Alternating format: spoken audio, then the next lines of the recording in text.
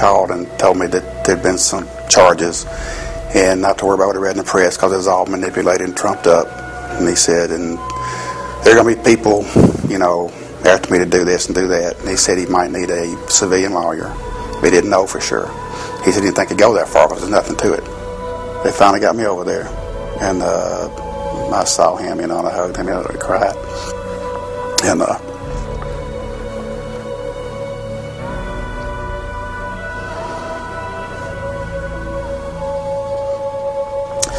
it was hard, you know what I'm saying? And you know, he said not to worry, you know. And he told me things kind of gone south, you know, that they were.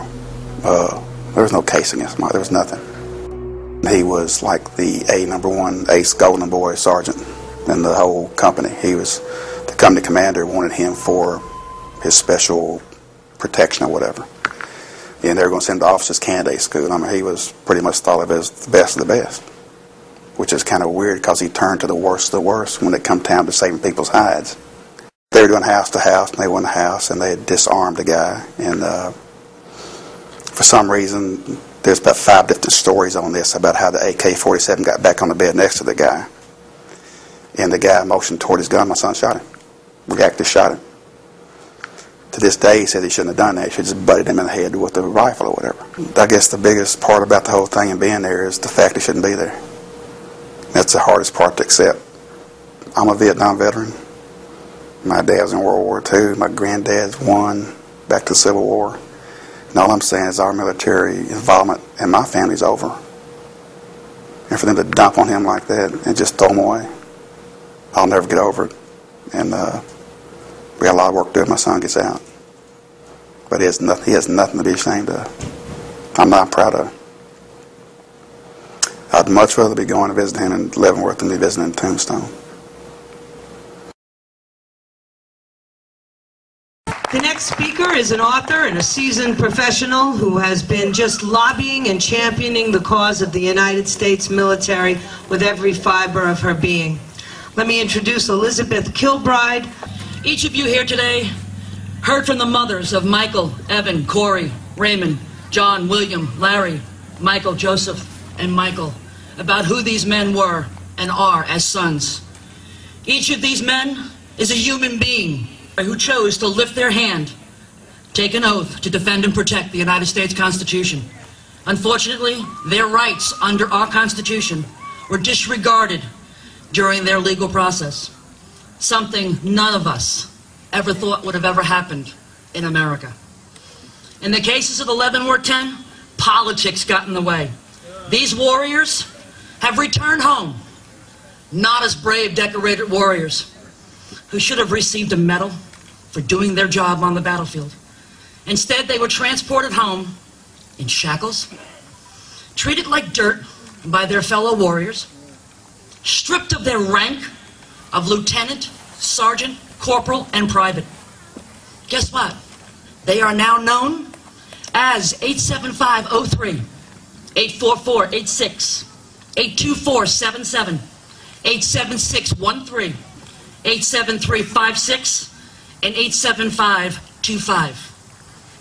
They have been reduced from warriors to a number. I'm sorry, I have a problem with that.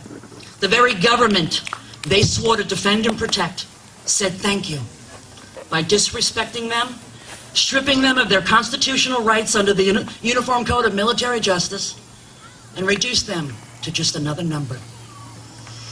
Are we, as Americans, going to allow this to continue? Are we going to forget them? Are we going to leave them behind? Because this woman will not allow that to happen. I refuse to allow them to be left behind.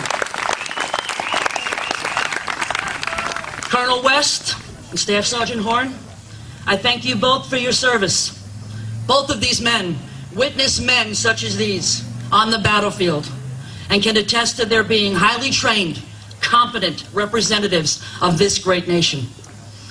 I too can attest to that because I spent time with warriors in Iraq in 2006. I can tell you firsthand, they stand tall and brave while enduring horrible conditions. conditions the majority of America would not be able to stand for one day without complaining. They long for home and loved ones as they endure the rigors of a combat zone. They conducted missions with skill, perseverance, and most importantly, integrity and honor. Our enemy today is far different than any other enemy we have ever encountered before in military history. They are patient and observant. They plan their attacks not just with bombs and bullets, but something more lethal. The Vietnam veterans will know it's called psychological warfare. They have studied our military past and are using it against our warriors today. The last time this country saw a warrior being taken off the battlefield and sent to Leavenworth Prison was during Vietnam. He was one soldier. Today, it's not just one, as we all know. We only know of 10 that we're representing today. There's actually 97. They are standing behind and living behind brick and mortar and bars.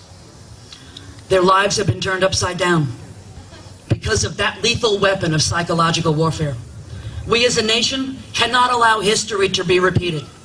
If we band together as American patriots against injustice and work together, we can undo and change the damage that has already been done and prevent it from ever happening again.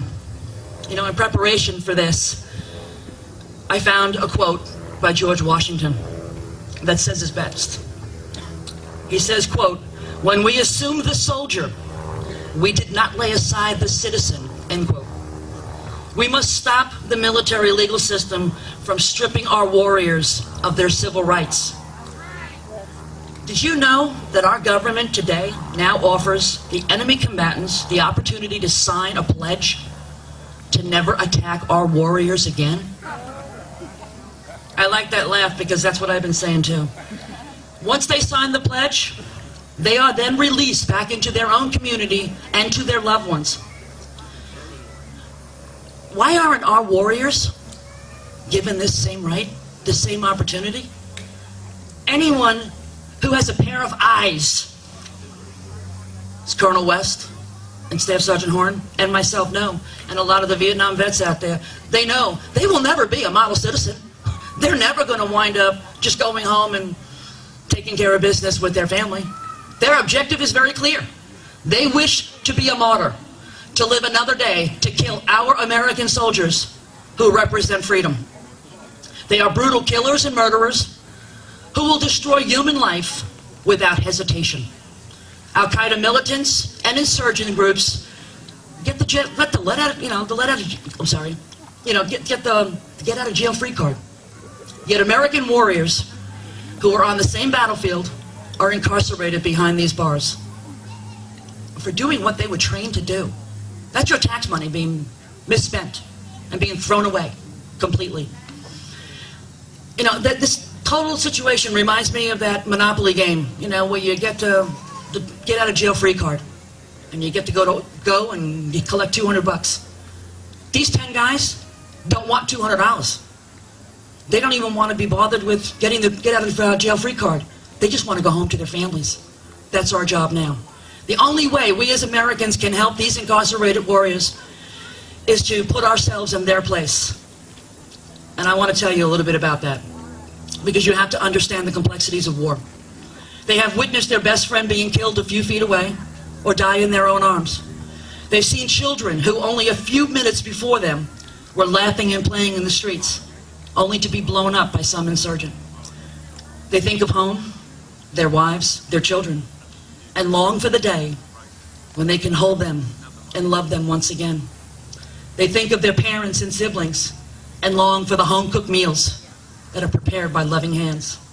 These families you heard from today are not members of the Covenant Gold Star families, because these sons have not given the ultimate sacrifice. These families are not part of the Welcoming Home Committee for their warrior. Instead, they are in purgatory, a place that is a living hell and frustration.